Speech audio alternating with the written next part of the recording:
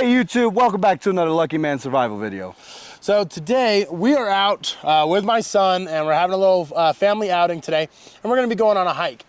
Now, every prepper has a bug out bag, okay? And they're super fun, but you know what? Sometimes they're heavy, sometimes they're a little bit cumbersome.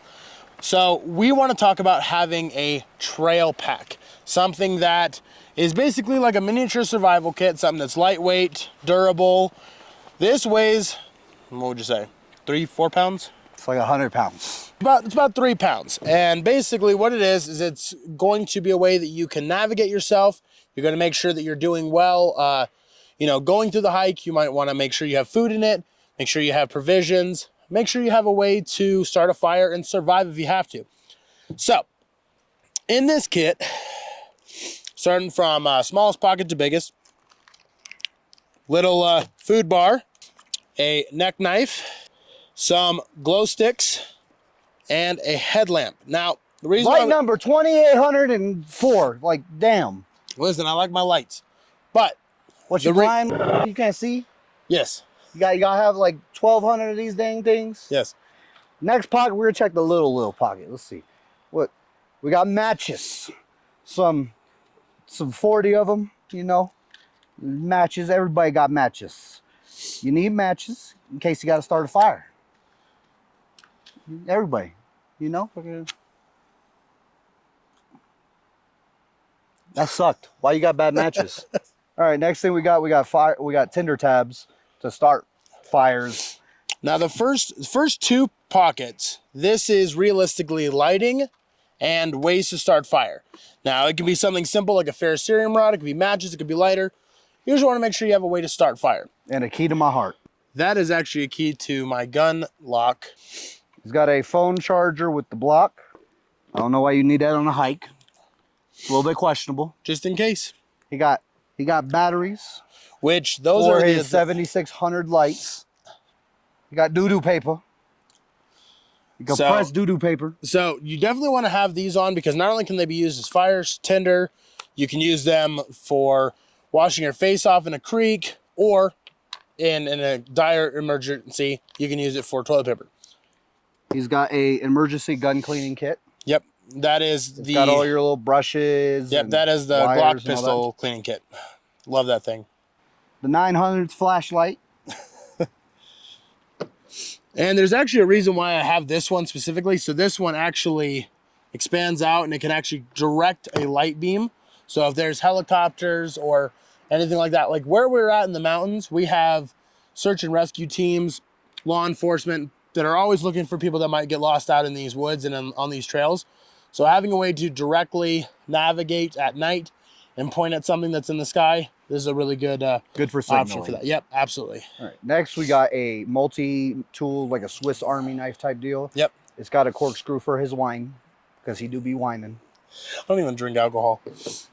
Now I went with this choice for a small kit like this, but another thing you can do is you can use your EDC to complement your bag. So having a multi-tool, having a fixed blade knife like I have on my waist right here.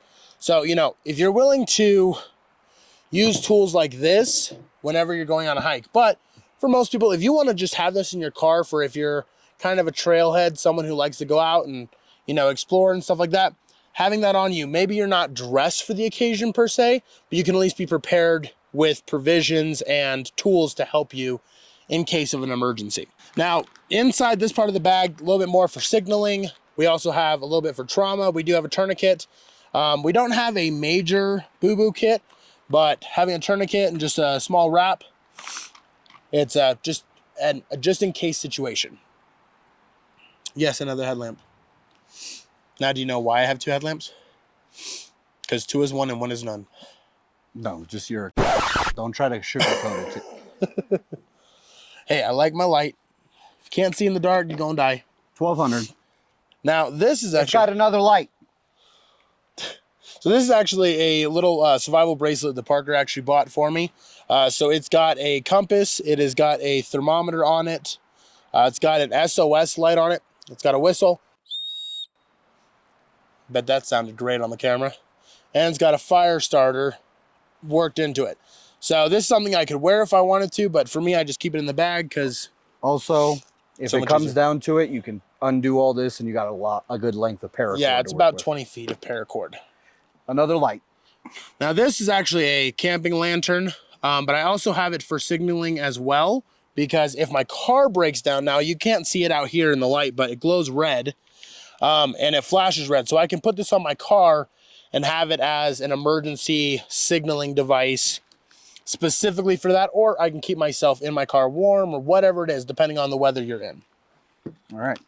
A safety light stick, a glow stick. He's got Yep. another glow stick. Now this one, however, so these ones are a little bit smaller.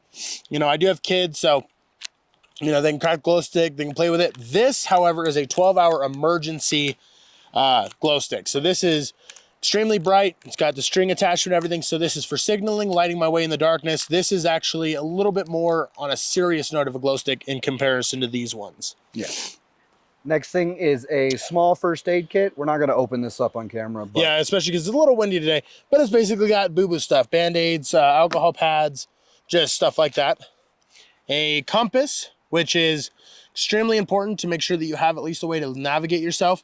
Now, I do have, like I said, I have a compass on this one, but realistically, you have to think about your pace at this point, your primary, your alternative, your contingency, and your emergency.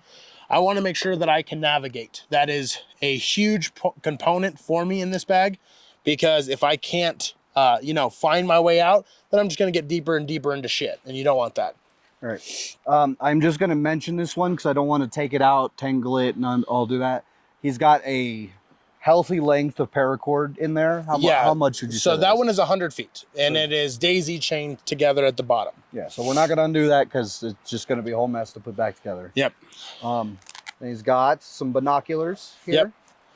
Now remember, this isn't all just for survival. I mean, you can use that as a survival, you know, material, but I do it because, you know, I can like watch bird hunting. Damn, you ugly up close. I can check out things. I can hand them to my son so that he can play with them, stuff like that. So it's kind of an all-around item. Yes. And then the last bit in this bag is my little day pack. So I have one of these in every single bag. So it has a whistle, has a knife, and then inside of it, he's got his pens, his lighters, his little screwdrivers. So this is a screwdriver kit. If you've seen our bug out bag video or our Tears of EDC video, you probably are familiar with what he puts in these. The only two things that I add to this pack, specifically because I'm hiking, is a knife sharpener and a small... No, you have that in the other one too. The fire... no, well, that one's a... No, the tobacco pipe? You have that in the other one. Yeah. Oh, well, yeah, fair enough. So I do have it. I have it in all my little packs. But just a little tobacco pipe, you know, because it's fun when you're sitting there camping or whatever. Just glow have a little something. Some emergency bandages, syringe. Yep. The normal stuff that you've seen in all his little for me, packs. the biggest thing is I have allergy medication. Like right now, we've been out here for about an hour and a half. I'm sniffling a little bit, you know, so making sure that I have a way to not be miserable while I'm out in nature, that is very important to me. All right. So a few other things we want to discuss is more of just hiking safety stuff. So one thing I want to bring up personally is when you're hiking, especially if you're going to a remote area, don't hike alone. Hike with somebody. Yep. Have a buddy system going on. Like us, we're going out on a hike. Yeah, he could go with just him and his son, but it's better if there's another able-bodied adult who can respond if something happens, like he falls down into the water or breaks his leg or something. Another thing that we want to add is, especially depending on where you live and depending on what the laws in your states can proclaim for you, you want to make sure that you have a way to defend yourself. Now, the reason why I'm going to say that is because, one, out here in the woods of Utah, we do have little mountain lions and we have, you know, other animals that are pretty dangerous. But it's not so much about the animals per se, as much as it is, there are women and men who go on hikes, they get assaulted, they can get robbed. You know, if you have your vehicle out in the middle of nowhere and someone wants your vehicle, or maybe there's someone who's living in the woods who's trying to take from you, being able to defend yourself, you never really know what situation you're gonna be put in. So never go anywhere without being armed in some way, shape, or form. And I think the last thing that we really want to talk about is when you're bringing kids. Now, we do have my son. He's sitting behind the camera right now. But one of the biggest reasons why when you're bringing kids, you have to make sure that you have them prepared as well. One thing that we want to add, which isn't in the bags, but we do keep them in the car, is walkie-talkies. Have a way for you and your children to communicate with each other when you are out. Because, you know, with kids, we all know that they wander off, they run around. So you want to make sure that you have a way, no matter where the cell signal is, you have a way to communicate with your kids. Now, you have to remember that hiking can be fun. It is a way to get in touch with nature and for you to have a good time. But you also have to really remember when it comes down to it, you have safety to worry about and making sure that you don't get lost. The last recommendation that I will add is when you arrive on a location, make sure you know which direction the road is from where you are. That way, even if you don't have a map, even if you don't have all the fancy equipment for land navigation, as soon as we parked, we pulled out our compasses and we looked and seen where the nearest road was. Because if you go off and you veer off into a direction, you can follow your pathway back to that highway, or to your vehicle if that's a possibility. But the biggest thing is, even if you can't find your car, you find the road, you can get help. And then, you know, once you're back to a location you're aware of, then you can retrace your steps back to your vehicle. But if you do not have a way to navigate, then you may end up accidentally getting into some trouble where you might get turned around, you maybe veer off in a different direction. You know, especially out here in Utah, because we have trailheads that are Miles. Not to mention that we have even gone on hikes where we started going and then there's a big open space. And then once we turn around, we're like, wait, which way did we go? So even with us, and we know most of these trails out here, we're pretty familiar with them. Even the most experienced person, when they are trying to navigate terrain, can get lost as quickly as just making a turn, finding a pretty flower, something, and it gets you off course and off kilter of where you are. So always make sure you have a way to navigate yourself. Yep.